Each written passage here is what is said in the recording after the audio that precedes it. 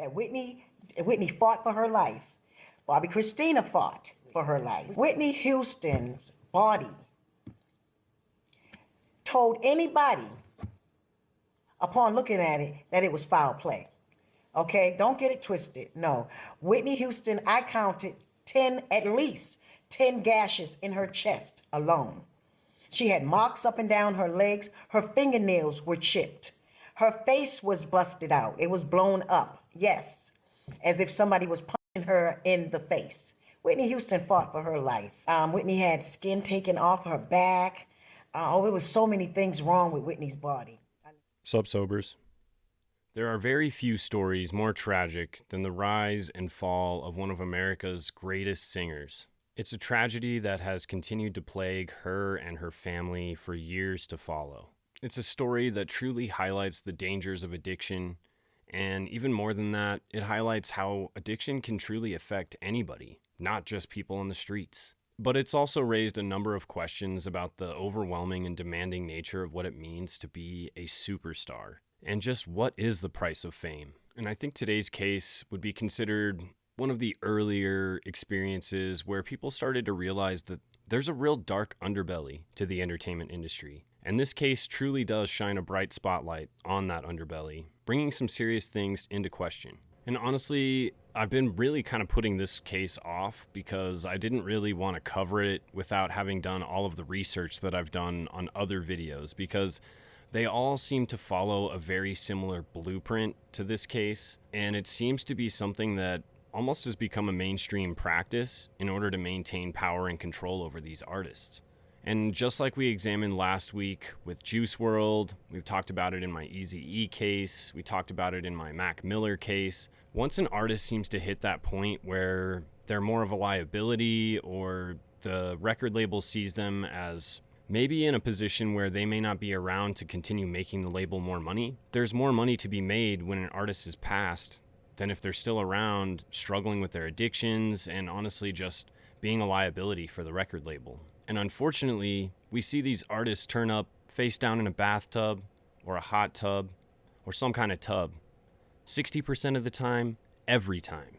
And with all of the eerie circumstances surrounding Kim Porter's passing and Sean P. Diddy, Puff Daddy, Brother Love Combs' alleged involvement with that, and with him being mentored by Clive Davis, having been business partners starting up Bad Boy Records, it made me want to take a deeper, closer look into the voice of America, someone who put the Star-Spangled Banner on the Billboard charts. I wanted to talk about the tragedy of Whitney Houston and her daughter Bobby Christina, because the tragedy doesn't just stop with her. And it reminded me so much of the Brittany Murphy case that we already covered, where her and her husband passed away within 6 months of each other. Same thing in our story today, because Whitney passes away, and 3 years later, her daughter passes away under the exact same circumstances. Let's go.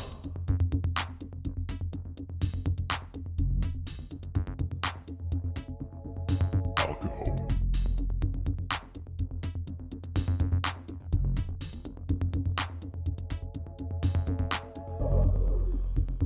Welcome back to Sobering Stories with me, DJ Petrovski. First order of business, something we don't talk about enough on this channel, and that is the fact that we have merch. We got Sup Sobers shirts, we got Sup Sobers hats. So if you just want to represent the fact that you're sober, or if you just want to rep the Sobering Stories channel, or if you just want to say hi to every single sober that walks by you, this is a great way to do it.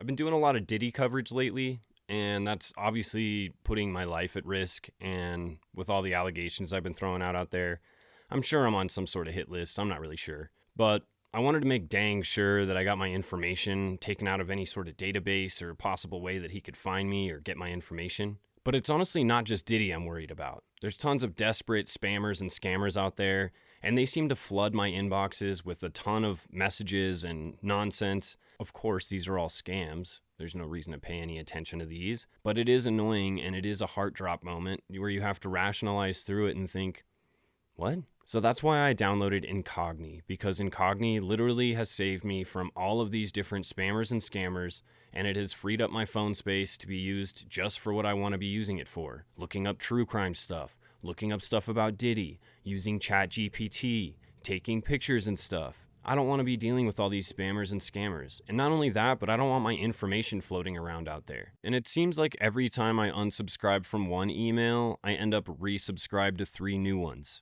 And I'm not sure how that happens. But the number of times that's happened has gone down significantly. And the amount of spam and scam emails that I've been getting has also dropped dramatically. And it's just nice to know that I've got a company out there working hard to make sure that my social security number and my debit card information isn't floating around, getting into somebody's hands, being used to pay for 1,000 bottles of baby oil, or getting sold on the dark web. And the frequency of cybercrime is not going down, it's going up. More people are using things online, more people are scamming people online, and there's more people who are learning how to do this stuff each and every day. So it's important to protect yourself and protect your information, as well as your privacy.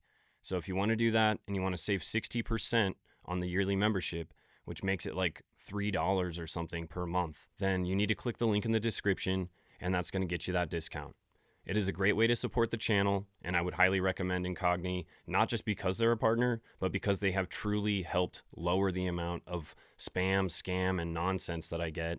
And on top of that, I'm resting peacefully knowing my information isn't just being spread all over the internet. I watch these hacker videos all the time, you guys, where people's information is getting sold, they're getting their credit card information stolen, they're literally getting taken advantage of by these online scammers. And I hate watching people be taken advantage of like that. It honestly reminds me very much of how Whitney Houston was being taken advantage of by a lot of people in her circle. It said at one point that there was nearly 50 people that she was fully supporting financially. And that just shows you that she was being leeched on by so many different people and taken advantage of because of her fame and fortune. And not only was she supporting 50 plus people, but she was also supporting her own really expensive lifestyle habits, including her substance abuse. And last week, we talked about something very similar with how Juice WRLD opened himself up to a world of predators by simply just having the addictions that he had and being so far gone. There were people that were surrounding him that were just trying to take advantage of his fame, his success, his fortune, and the fact that he really didn't care at all about who was taking advantage of him, as long as he was able to maintain his addiction. And I feel like in our case today, Whitney Houston follows a very similar path. She was surrounded by people who seemed to prey on her, take advantage of her, and take advantage of the fact that she struggled pretty seriously with an intense addiction issue. One that would ultimately lead to her untimely passing in 2012. And with all of the issues that have come out about what might have happened, and with all the possible theories about who might have been involved, especially in light of all the allegations against Diddy lately, and his ties to Clive Davis, and his ties to Ray Jay, I couldn't not dive a little deeper into this case.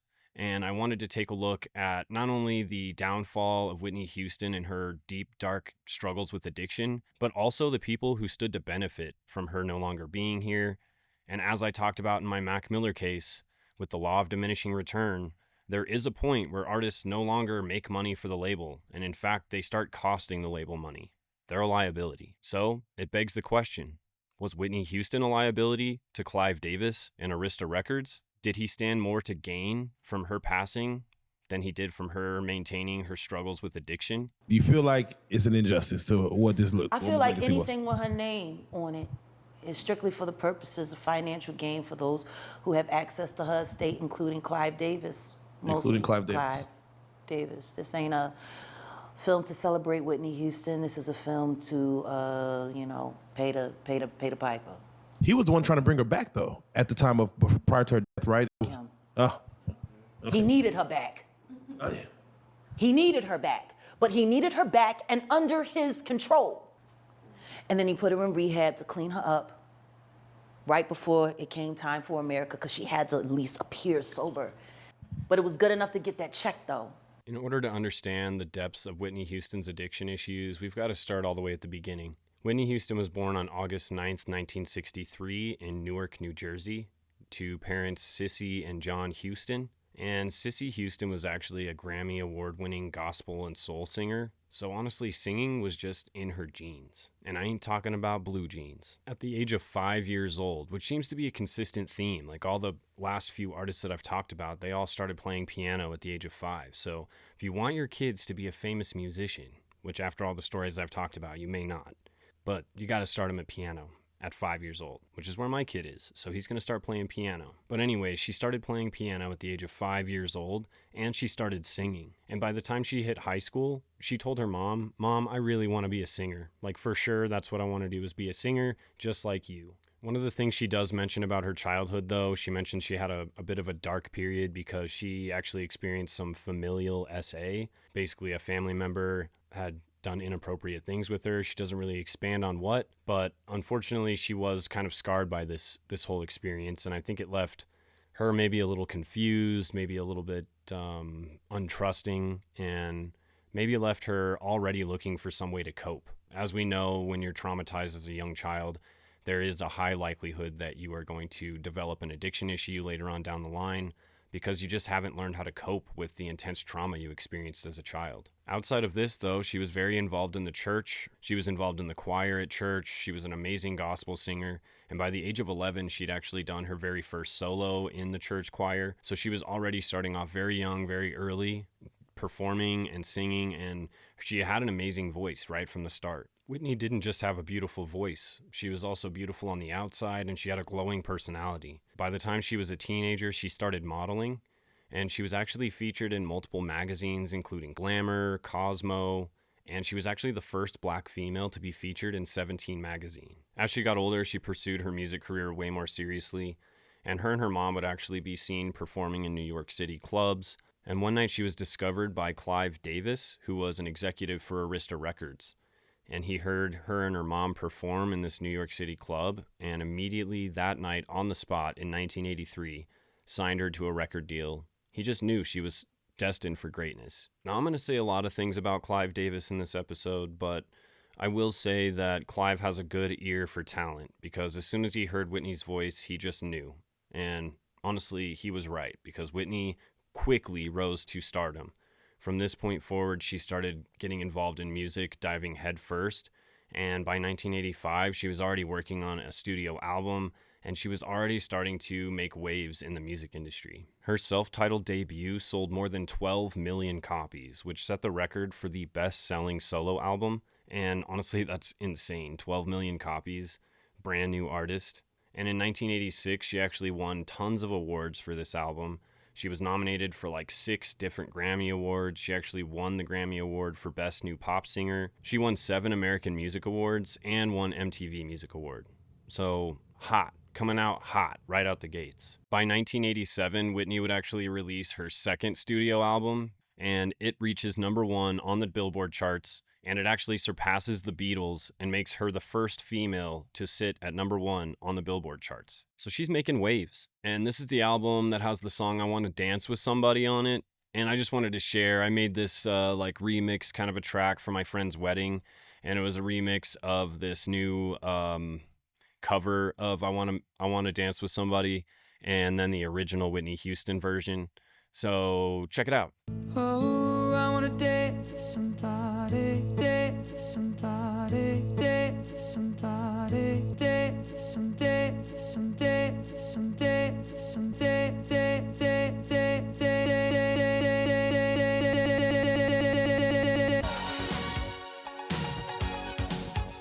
Yeah, I did that, and they danced to it. It was awesome. And with this meteoric rise to fame, there are so many people pushing you and pulling you in different directions.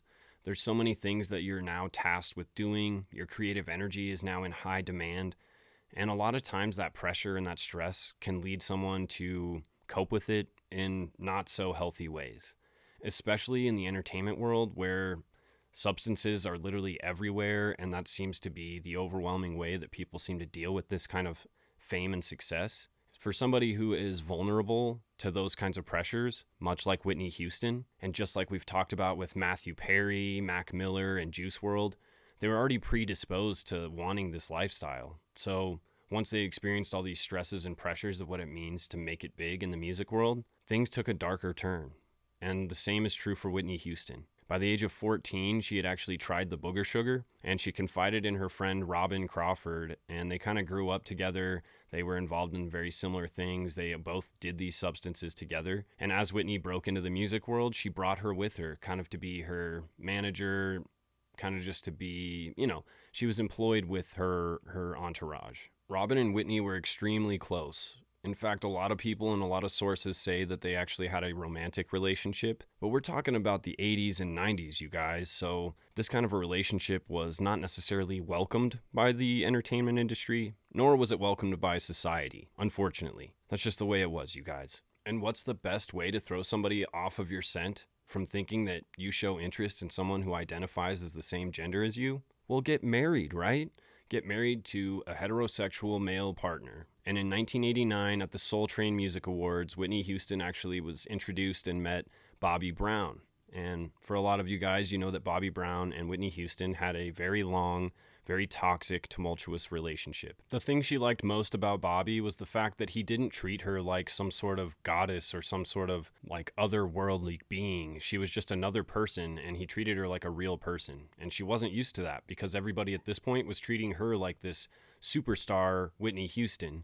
And they'd be nervous, they'd be scared, and anybody she dated or tried to talk to just seemed to lack confidence or didn't just treat her like what she wanted to be, which was just a normal person. Whitney really loved singing. That was her passion. She loved being on stage and she loved performing, but she was not necessarily as excited about the fame piece of it. She wasn't excited about being constantly looked at as this superstar, this celebrity. It made her very uncomfortable. So having someone who saw her as just a normal, regular person and treat her that way, it was very appealing to her, and she was very attracted to it. And when the two of them actually met at the Soul Train Music Awards, Whitney had been booed when she was on stage because a lot of the black community felt like she was starting to sell out with her music. They were thinking that she was starting to appeal to a more white audience than she was to her roots, essentially. Whitney Houston, I want to dance with somebody. So, I mean, that's kind of messed up for people to boo her at the Soul Train and Music Awards, but that's what happened. And that's what led to her third album coming out, having a little bit more soul, kind of appealing more to the black audience, and what they say as being more urban. I'm Your Baby Tonight. Her third studio album was released in 1990, and it hit number 3 on the Billboard Hot 200 list, and it stayed in the top 10 for 22 weeks straight, which is pretty crazy.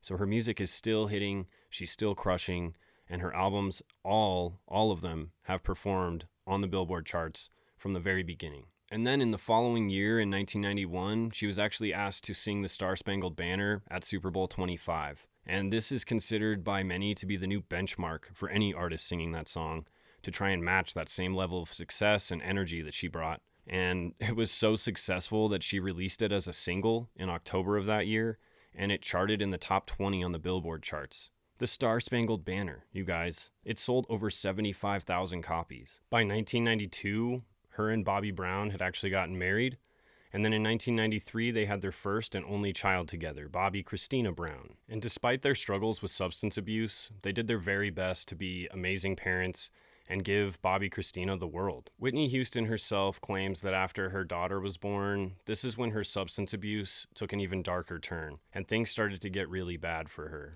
And couple that with her super codependent relationship with Bobby Brown, and the two of them using together, it's just a toxic recipe for disaster. And a part of me thought that maybe this could be some sort of postpartum depression kind of a thing, where she dove deeper into coping with her postpartum depression with her substance abuse, but that's just speculation on my part. But regardless of all the struggles she had and all the turmoil that was going on between her and Bobby Brown, she still was not slowing down. In fact, she started breaking into film now. Her first film, which she debuted in, was called The Bodyguard, starring Kevin Costner, and she also wrote and produced the soundtrack for this film. The film itself did really well, but the soundtrack also did amazing, and it actually charted on the Billboard as well. So all of her albums up till this point have hit the Billboard charts. And it seems like after breaking into the film industry, she decided to focus a little bit more on starring in movies and doing other things besides just making studio albums. And she was actually featured in a lot of different movies. She was featured in The Preacher's Wife. She actually produced her own film, The Princess Diaries, which I didn't know that. So Princess Diaries 1 and 2 were both produced by Whitney Houston. And all of the films and all of the soundtracks she produced were all major successes. And over the course of the next few years, she received multiple different Grammy Awards, American Music Awards, MTV Music Awards, BET Music Awards. tons of awards. And she's also getting awards for all the film roles she's doing as well. Like I said, she's not slowing down. If anything, kind of like Juice WRLD and Mac Miller, she used her substances to keep her going, to keep her producing and creating, and keep her active in her job role. But with the mounting pressures of not only her music career, but also now a film career, she was amazingly busy and driving further and further into her addiction. Things got extremely bad in 1999 when she actually had to cancel her performances that were set for the Rock and Roll Hall of Fame induction and for the American Music Awards that she was supposed to perform. Then in 2000, her and Bobby Brown both got caught at a Hawaiian airport with a bunch of devil's lettuce in their bags. They were able to leave before cops showed up, so they actually never were charged with anything. But it's starting to slip and become more of a mainstream public kind of a... People are seeing what she's doing. And in that same year, things must have been getting really bad because Robin Crawford, who had literally been with Whitney since the beginning, decided to leave her job role, and she cited the fact that Whitney was just getting too deep into her addiction. They both were using these substances when she first got into the role, but she said eventually it's going to have to go. Like eventually this stuff can't be with us and rise with us to fame. But Whitney was never able to let it go. In fact, things seemed to get way worse for Whitney. And the public really began to be concerned when she actually made a performance at Michael Jackson's 30th anniversary party, and she just looked absolutely deathly ill. There's nobody on the planet that was happy to see her in that state, and I think it was a huge eye-opener for fans and the public everywhere. People realized how deeply she must have been struggling. But because of how this performance was received, she ended up canceling a performance she had scheduled shortly after that. And then we don't really hear a whole lot from her until she does this Diane Sawyer interview where she is going public trying to combat this tarnished image that she has that the public has now seen from that performance. You can hear it in her voice. I make too much money to do. First of all, let's get one thing straight. Is cheap. I make too much money to ever sell. Let's get that straight, okay? We don't do crack. We don't do that. Is whack. In this interview, she seems to be combating the tarnished image that she now has, and she seems to be heavily focused on denying the fact that she's ever tried the crickety crack. And she even goes as far as to say, like, she makes too much money to do that. And despite what she says and telling people that she's not an addict, she continues to spiral and fall deeper into her addictions until her family actually has an intervention with her in 2004, and they convince her actually to go to rehab. Unfortunately, rehab only worked for the time that she was there, and she quickly relapsed right after getting out. And then she found herself back in rehab in 2005. Once she was released from rehab, maybe she had some sort of epiphany while she was there, but she decides that her and Bobby Brown are toxic for each other, and she decides to leave him. She officially separates from him in 2006, and then in 2007, their divorce is finalized. And after she was released from rehab, everybody had all these high hopes that she might get back to the old Whitney Houston that everybody knew and loved, and they just had high hopes that she would start to get her health back and just a comeback, really. Don't call it a comeback, Tom Brady. She started working with a voice coach, but this voice coach said that her voice was 99.9% shot by the time they started. And by the time he was done working with her, she maybe was at like 80% of her voice being back. And the reason for that is because she was inhaling the crickety crack. She could have IV'd it, she could have snorted it, she could have done so many different things in order to get this substance into her body, but she chose to use the pipe. And in doing that, it basically destroyed her lungs and basically ruined her voice, which was her moneymaker. What a lot of people think is that she was so overwhelmed with the fame and just being this crazy superstar, and all she ever really wanted was to be normal. And it was kind of her way of self-sabotaging. Like, if I take my voice away, then people have nothing to love me about. People have no reason to think that I'm some amazing superstar because my voice is gone now. And on top of that, Bobby Brown had tons of issues feeling secure with his wife being this amazing superstar, when Bobby Brown is also a performer and an artist, but he was not nearly as successful. People said that he was really fairly envious of this, and he didn't really like living in Whitney Houston's shadow. He didn't want to be Whitney Houston's husband. He wanted Whitney to be Bobby Brown's wife, but he never really got that. It seemed like she was doing this in order to help boost up Bobby and kind of bring her own level of fame down so that he didn't feel as insecure about the power dynamic between the two of them. But unfortunately, at this point, Whitney Houston was mostly at the tail end of her career. Everybody was reporting that she was notoriously late to any performances or auditions. Even when she did perform, her voice was not the same. She didn't have the same energy or zest that she used to have. She'd forget words. People would literally leave those performances very underwhelmed and disappointed. Now, shortly after she'd gotten divorced from Bobby Brown, she started dating a new guy named Ray Jay. And Ray Jay is actually Brandy Norwood, the famous R&B singer Brandy. It's her little brother. And there's reports everywhere saying that the two were a couple and that they were definitely together. But any interview with Ray Jay, he always just calls her a friend. He just says that they have friendly dinners or lunch together, but they're not together by any means. Before we get into the new book, though, I want to get a little rumor out of the way that I heard. You've been seen around town with Whitney Houston. Now, I know the rumors back in the day that y'all were hanging out. Well, what's the deal right now? We hang, it's Grammy weekend, and she's in town, and we had dinner, and, she's such an icon to where it reaches the masses. But, right. we had a good time. We had dinner, that's it. So, platonic, good friend. Hey, there's worse people you can hang with. You know what I'm saying? So how's she doing these days, by the way? She's doing good. Everybody's good, and she's good. My family's good. Everybody's doing good. Good to hear. Yep. Sister, mom, and everybody? Yeah, everybody's doing good. Nice. Brandy's setting up a new song with Monica. They're going to perform at the Clive Davis Grammy party. Oh, great. It's going to be good. But official sources say that they actually were together.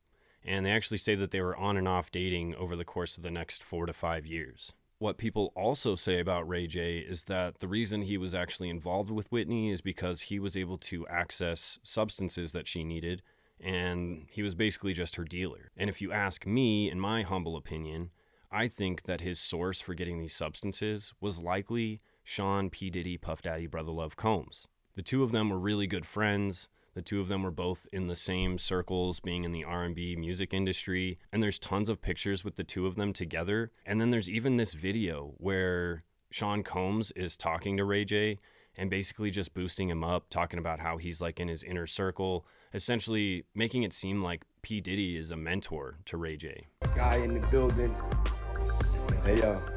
This guy right here, one of the hip-hop entrepreneur young legends. He's in my gang. He gets money. Yes, he does. Yes, I'm inspired, though. God is good. Whitney Houston had gotten custody of Bobby Christina in the divorce. And unfortunately for Bobby Christina, this led to her kind of falling into the same trap that her mom fell into. And she started abusing substances and developed a very similar addiction issue that her mom had. And with Whitney and her daughter both falling further into this addiction, people weren't sure if they'd ever see another comeback from Whitney Houston or another tour or another album. But they were mistaken, because in 2009, after taking a pretty decent break from music, she decided to come out with her final studio album. The album was titled I Look to You, and it was really prompted by her performance that she gave at Clive Davis's Pre-Grammys party earlier that year, which got her all excited to do music again, and she announced that she'd be going back on tour and coming out with a new album. And honestly, she did. And though people had high hopes for this big return of Whitney Houston and this new tour she was going on, the tour was a complete disaster. There was more people leaving the audience. There was people that had nothing but terrible reviews. They said that she barely remembered the words. She heavily relied on backup singers. Whitney Houston's opening concert in her long-awaited Australian tour fell flat last night. Fans at the Brisbane Entertainment Centre walked out on her performance in disgust after she struggled to make it through her songs. After a 20-year absence, fans couldn't wait to see Whitney back in Australia. But after just a few songs, was about to lose my breath. Many couldn't wait to leave. She shouldn't have turned up. No, sorry we're having to leave early. Big waste of money, it was dreadful. They complained that the diva appeared to be miming during her opening numbers, took long breaks to towel herself down, and could no longer hit the high notes that once took her to the top of the charts. Whitney tried to share the love. I love you, Brisbane. I love you so much. But a performance left concert-goers cold. It's the worst concert I've ever been to in my life. Disgraceful. Disappointed. Horrible. Upset. Definitely not worth $165. It's not the first time the 46-year-old struggled on stage. Last year in New York, at a performance to mark her comeback after a drug battle, she appeared exhausted and off-key. She's due to play at Sydney's Acer Arena tomorrow night, fans hoping she'll get it right, otherwise Houston we have a problem. She couldn't entertain a dead rat, to be honest. Craig Sullivan, 7 News. In one instance, her dress was completely falling off of her body, like the entire performance, and she seemed to just be struggling to keep it up. And it just was not well received. It was a complete disaster, and it left people wondering why anybody would send her back out on the road like this.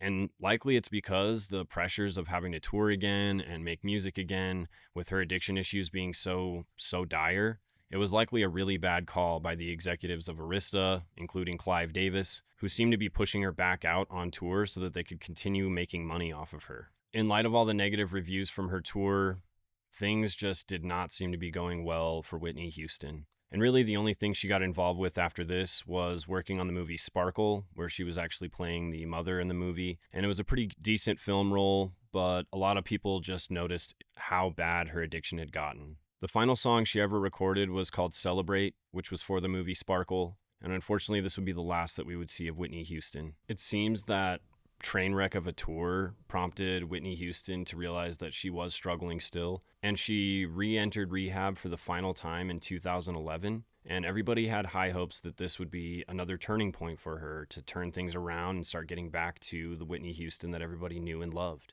So a lot of people are under the impression that she had sobered up and that she was not only sober, but she was doing really well in her recovery. So when she checks in to her prepaid for room by Clive Davis at the Beverly Hilton Hotel on February 6th in 2012, everyone was under the assumption that she was sober. She had been doing well in her recovery and she was actually doing well. But there's multiple reports saying that she was seen at multiple different bars. She was seen at the hotel bar. She was seen doing cartwheels and handstands out by the pool and just acting very crazy. And there's even other reports saying that she had a dealer meet her at the pool and deliver some substances to her. It's kind of up in the air, and it's a big piece of the speculation about what actually happened to Whitney Houston, especially in light of what happens after this. Fast forward to February 11th, 2012, and Whitney Houston's actually seen downstairs hanging out with some of the performers, including Brandy, who are going to be performing at that pre-Grammy party that Clive Davis is hosting in the Beverly Hilton Hotel.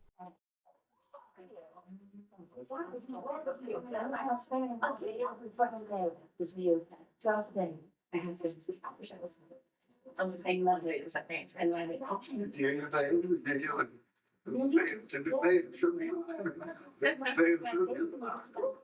It's my dad. It's my dad. I'll see you later. I'll see you later. Mom, yeah, come see her. Come say hi. Come say hi to your son. Okay. Come say hi to your dad. Once she's done hanging out down there, she decides to head back up with her assistant to her hotel room. And she decides she's gonna, get changed, get relaxed, and start to get ready for this upcoming party. Her assistant says that she's gonna go out and run some errands and do a couple things. And before she does, Whitney Houston asks if she'd draw her a bath so that she could take a bath while she's out. The assistant runs out, does a bunch of errands, and when the assistant comes back around 3:45, 3:55-ish, that's when she finds Whitney Houston face down in the bathtub, unresponsive. Obviously, help is called. EMTs, police, everybody shows up trying to figure out what happened. She was pulled out of the bathtub and CPR was performed, but unfortunately it was to no avail. Whitney Houston was gone. The official autopsy report came back saying that there was complications with atherosclerotic heart disease, I think I said that right, as well as substance use. And in her room, they found a little white spoon, a little baggie ripped open, little white powdery substances all over the place, a little mirror, and there was also tons of different prescription bottles, and she also had a bunch of little blister packs, which basically means that she had some sort of purchased little medication that's in those little packs. You open it up, and a lot of them seem to be something having to do with like flu-like symptoms. There was like Mucinex and Midol and all these other things that seemed like she was having issues feeling kind of sick. And as we know from our Kim Porter episode, Brittany Murphy, Aaron Carter, they all experienced these flu-like symptoms before they suddenly and tragically ended up face down in a bathtub. Now, everybody already knew that Whitney Houston had issues with substance abuse and addiction, so it seemed like a pretty likely story that she just took too much and suddenly found herself unresponsive and drowned in this bathtub. But the coroner's report did say that there was water in her lungs, which means that she had to be alive when she was submerged in the bathtub. Even more than that, when they tested the water nearly 6.5 hours later at like 9:30 p.m., the water still tested at 93.5 degrees, which means that the water would have had to have been scalding, boiling hot when she got in that bathtub for it to test that high later on. And this is one piece of evidence that seems to lead a lot of people to speculate that there must have been foul play involved. We don't know really for sure exactly what killed her. She was found face down in the bathtub. Face down, very strange. The singer was found face down and was underwater for as long as an hour. The most surprising new information was this. The water in the hotel bathtub where Houston drowned was very, very hot. I'm talking in excess of 93 degrees. I think that's the key point, was the water temperature at 93 degrees. It's highly suspicious, just the temperature of the water. There were 2 superficial abrasions to the left side of her forehead. There was a superficial abrasion to the left side and the bridge of her nose. Since the news broke about Whitney Houston's passing, there's been many people who have accepted the official report as being factual, but there is a lot of people who are not satisfied with that. And I think one of the biggest reasons people are not satisfied with the fact that she passed away naturally in the bathtub like this is because her daughter passed away in the exact same circumstances 3 years later. She was found unresponsive from taking too much of a substance in a bathtub, and that is just super strange. And even more so, the fact that everybody around her was continuously mooching off of her. She was supporting over 50 people at the time she passed away. There was a lot of people who had a lot of stake in Whitney Houston's success as well as her finances. And with her going downhill as quickly as she was and starting to act as erratic as she was honestly presenting herself as more of a liability at this point, and people were worried that she was just going to blow the rest of whatever she had of her estate on her addiction. Now, there's 2 main theories that I found very interesting when I was doing my research. The first theory is that Pat Houston and Whitney Houston's family members all had something to do with setting her up so that they were able to inherit her estate. And I think that there's a lot of credence to this because when Whitney passed away, she gave over her entire estate to Bobby Christina. And then fast forward 3 years later and Bobby Christina ends up in the same situation as Whitney. It makes you wonder why they would do this. And I think the obvious answer is to secure Whitney's estate from Bobby Christina. So it's led to a lot of speculation, and one of the people who is serious about this theory is Leola Brown. And Leola Brown is basically Whitney Houston's sister-in-law. It's Bobby Brown's sister, and she has always said that there is something nefarious that happened, and she believes that Pat Houston, who was Whitney Houston's acting manager at the time, has something to do with it. She thinks that a lot of these in-law females have something to gain and plotted against Whitney in order to secure her estate. Especially with Whitney going so far downhill with her addictions, they couldn't count on her to actually provide for them and to turn over her estate to the rest of the family if she passed away. So in order to make sure that happened, they had to take care of it themselves. Leola even goes as far as to say that that room was entirely staged with all of these pill bottles and these substances and everything that they found, because she claims that Whitney Houston was actually sober at the time this all happened, so she wouldn't have been doing any substances. And to give more credibility to that fact, the amount of substances that were found in Whitney Houston's system by the autopsy report are not enough for her to have overdosed on them, and they certainly weren't enough for her to have even ended up in the situation she was in. So Leola saying that she was sober is kind of combated by the autopsy report, but the autopsy report does say that she did not take enough of those substances to cause what happened. Also, just a little side note, if you take too much of the white powder, who falls asleep on that? Who is able to fall asleep when they are on a white powdery substance? In my opinion, that's not even possible. The only thing that could have possibly happened is she had to have had a heart attack and passed away that way. But if she had a heart attack and passed away that way, she wouldn't have been alive when she submerged in the water. She would have been gone already, and she wouldn't have had water in her lungs. So it's just all very peculiar. Now, I know what you're thinking. How does Pat Houston benefit at all from Whitney Houston's estate if it was passed to Bobby Christina? Well, once Bobby Christina passed away, the estate was actually handed over to be managed and run by Sissy Houston, which is Whitney's mom. But she was pretty elderly at this point, and there's a lot that goes into managing somebody's estate, let alone Whitney Houston's estate. She's got tons of royalties coming in, she's got tons of money and just stuff, and it was a lot of work to manage this estate. So she actually gave up her responsibility and she passed it over to Pat Houston. So Pat Houston is the official executor of the estate as of today. 50% of Whitney Houston's estate is owned by Pat Houston and the family. The other 50% of the estate is owned by Primary Wave Music. Primary Wave Music is run by a guy named Lawrence Mestel, and Lawrence Mestel used to work for Clive Davis at Arista Records. So the tie is there for sure. And who's to say that Clive Davis doesn't have some sort of stake in Primary Wave Music? And Primary Wave is responsible for any posthumous releases, any sort of anything having to do with Whitney Houston's legacy and her royalties. They all funnel back through Primary Wave. And going back to our Mac Miller episode where we talk about these clauses they include in artist contracts, so if they pass away or something happens where they're not able to perform, it's called a non-performance clause. Essentially, if the artist passes away or for whatever reason can't perform, then the record label assumes all rights and responsibilities for the artist, and they also get to collect any royalties from the music. But there's definitely huge motivation for a record label to want to own rights to Whitney Houston's huge legacy. I mean, even to this day, her songs still are played everywhere, and I guarantee that they're still claiming royalties on that music. So there's a lot of people who believe that Clive Davis was really the one who realized that Whitney Houston was kind of on the tail end. She had past that point on the law of diminishing return scale where she is now a liability, and with her addiction issues getting so out of control, she really wasn't going to make any sort of comebacks. And especially after the failure of her last tour, it seems like the best way for her to make more money is unfortunately for her to no longer be around.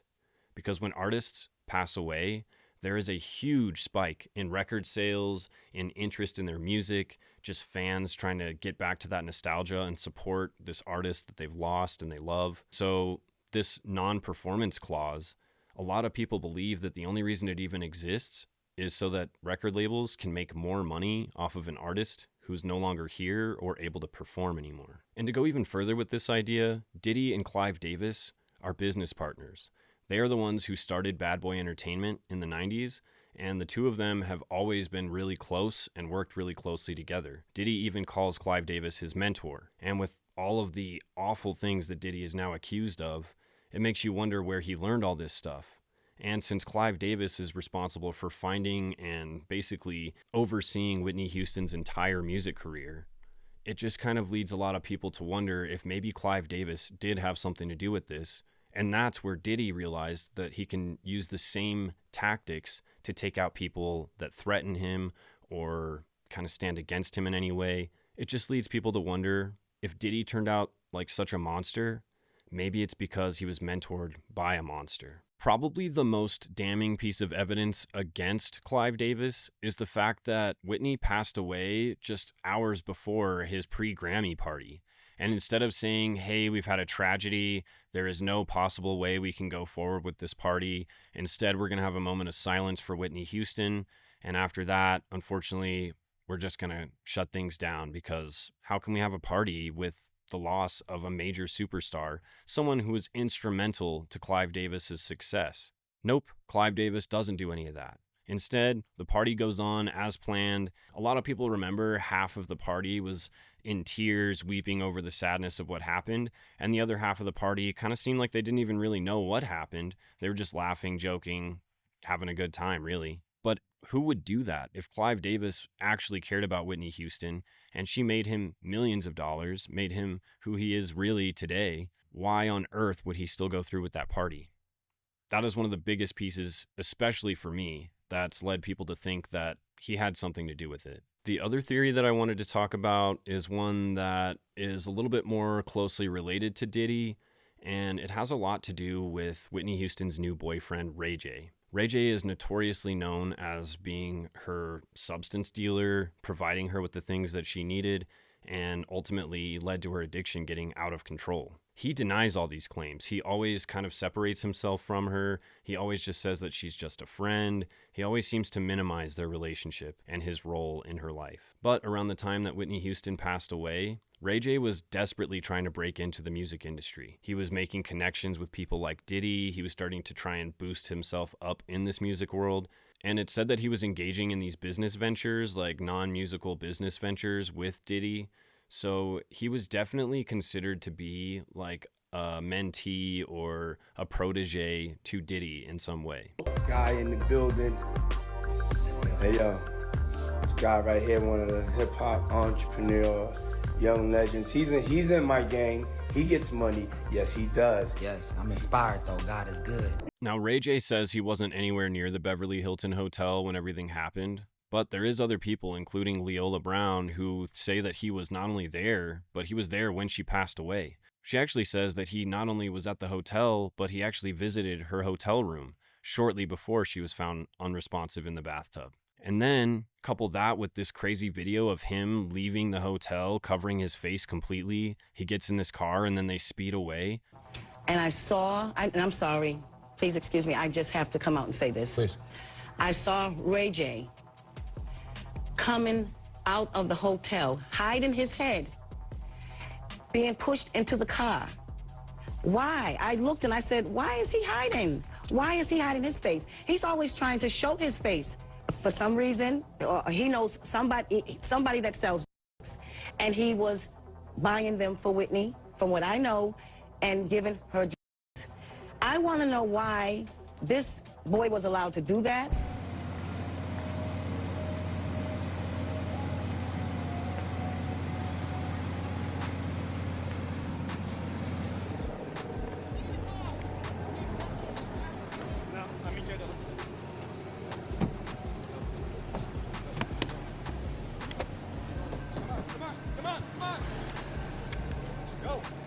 Why on earth was he doing that? If Whitney Houston just passed and you're very close with her, you'd think you would want to be there, be close to her, just generally not leave the hotel. Like, I don't know, it just seems very weird. And why would he be covering his face? He doesn't want anybody to know he was at this hotel. And then later on, he's continuously always denied that he was even at that hotel when she passed. Something's fishy. But according to Jaguar Wright and actually a bunch of other people, Ray J was the last person to see Whitney Houston alive. And as we know from many other cases that we've talked about, if you're a true crime fan, you know that the last person to see somebody alive is usually a pretty serious suspect in the case. And Nick Gordon also passed away from a substance overdose and was found in a very similar situation. So it just is all very strange. 3 people. This tragedy extends multiple generations in the Houston family, and it seems like they can't catch a break. And so as tragic as her story is, especially thinking that there might have been foul play involved, the real culprit here is her addiction. Because if it wasn't for the fact that she was so addicted, none of this would have even been possible, and none of this would have ever happened. Though this theory seems pretty far-fetched, it definitely has a lot more validity when you realize that her autopsy report showed multiple different superficial marks and wounds to her head, her arms, her legs. Her entire body looked like it had been beaten up. The one thing that is overwhelmingly clear, though, is that Whitney Houston did struggle with addiction her entire life, and it got really bad once she entered the mainstream music industry and all the stresses and pressures of what it means to be a famous singer, entertainment, celebrity personality.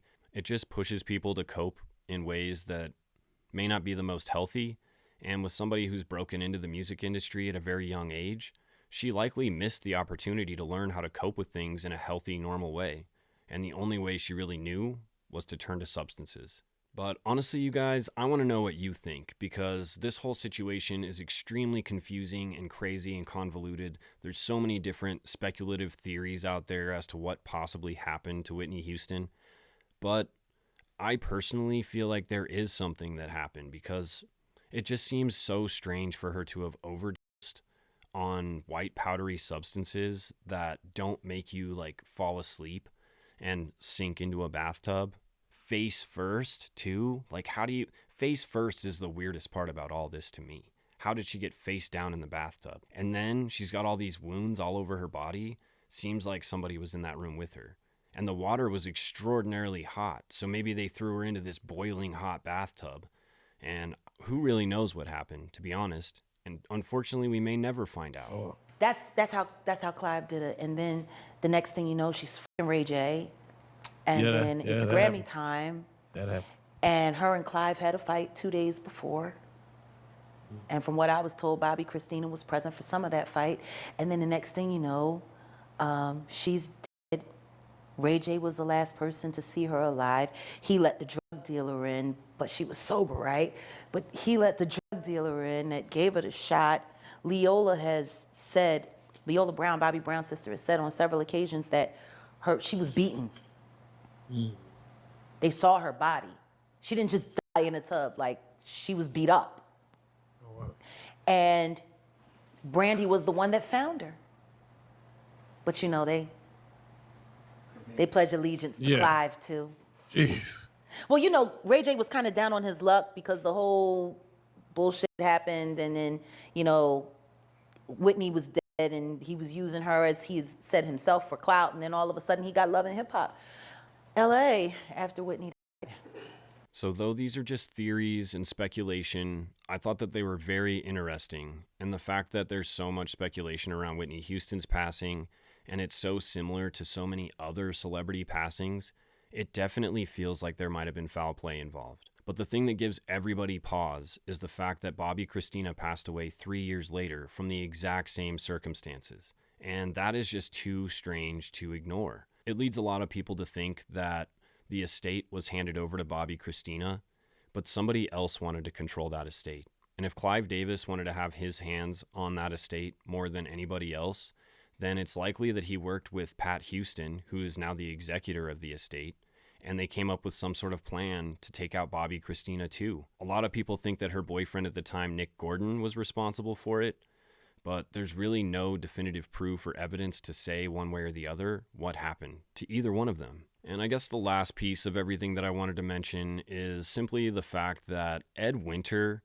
the LA County medical examiner that we are very familiar with from multiple other cases, was also the medical examiner who was tasked with doing the autopsy on Whitney Houston. And if we know anything, we know that Ed Winter was likely either paid off by people in the music industry or was somehow controlled by people in the music industry, because he also oversaw Kim Porter's passing and her autopsy. And shortly after, he brought up questions and issues saying that there's something else going on with Kim Porter's passing. He was found unresponsive and unalived as well. So Ed Winter kind of fuses into this whole case yet again, and it just leaves more questions than answers, as per usual. Now, with Ray J being accused of supplying her with substances, essentially you might say that he's her dealer. And there's a widely popularized theory by this private investigator named Paul Hubel, and he comes forward saying he has definitive proof and evidence showing that there was some sort of narcotics deal gone wrong at Whitney Houston's hotel room. He says that he has camera footage from the hotel of her hallway where her room was that actually definitively proves that there was 2 dealers that entered her room and then quickly left the room around the time that she was supposedly unalived. And if we consider the fact that Ray J is her dealer, then it kind of makes sense that this Paul guy might have seen Ray J actually going into the hotel room. Even more so, what the claim is that she was roughed up trying to get payment for a $1.5 million debt that she owed these substance dealers. And instead of just roughing her up a little bit, maybe things went a little too far and they ended up unaliving her accidentally or intentionally. If it wasn't for the fact that she was so far gone in her addiction, she wouldn't have been a target in the first place. She might not have tarnished her name and her career to the point where she might have been still making great music and great albums. Her addictions really did turn not only her life upside down, but then her addictions found their way into her daughter Bobby Christina's life as well, and turned her life and her boyfriend's life upside down. So addiction can run really deep, you guys. It can not only affect the person, but it can affect generations to come after that. Poor Bobby Christina, that's all she ever saw was her mom constantly doing these things, being so far gone. And then when her mom passed, she had no way to cope or understand or deal with this situation. And so she also turned to substances in order to cope. And it's just not a viable, sustainable, healthy coping mechanism. But I appreciate you guys sitting and hanging out with me for this long. Drop it in the comments what you guys think happened, or if there's anything that I missed or information that you know about. I want to hear it. And if you guys just want to hear more about this whole Diddy craziness, I've got a whole Diddy playlist right here called Diddy Do It, and I think you should definitely check it out. There's a lot of good episodes in there. I'll put every single episode I've ever made right now, and then YouTube is going to tell you what you should watch because it's dominating like that, and it's probably right because it knows you pretty dang well. So you should check out this video. But if you haven't subscribed to my channel, definitely do that. That's the first thing you need to do before anything else. I really enjoyed hanging out with you guys, and I look forward to seeing you guys next week for another one. Until then, stay safe, stay sober. Later, sobers. Let's go.